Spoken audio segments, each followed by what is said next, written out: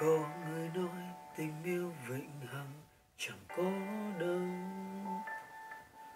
và có người nói tình yêu đôi mình chẳng bền lâu.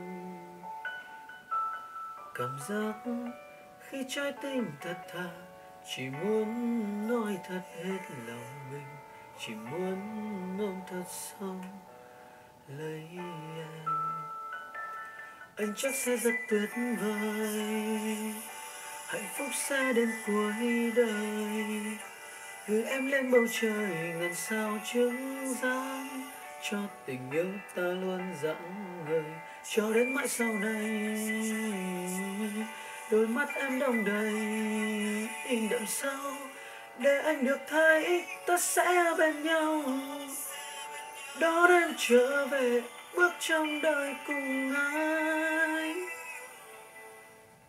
Yêu em,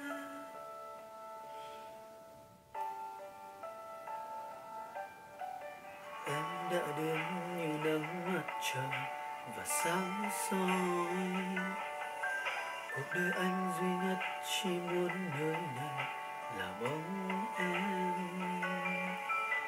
Người hỡi, anh sẽ luôn thật lòng để mãi em bên đời thôi.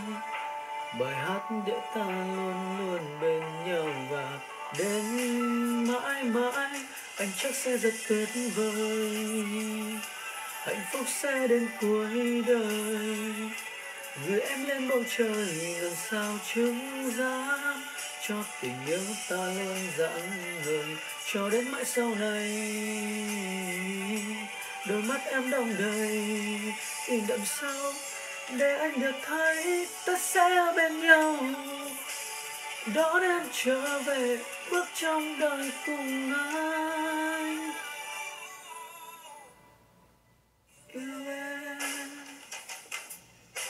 anh chắc sẽ rất tuyệt vời, hạnh phúc sẽ đến cuối đời, gửi em lên bầu trời ngàn sao chứng giáng, cho tình yêu ta luôn rạng ngời cho đến mãi sau này.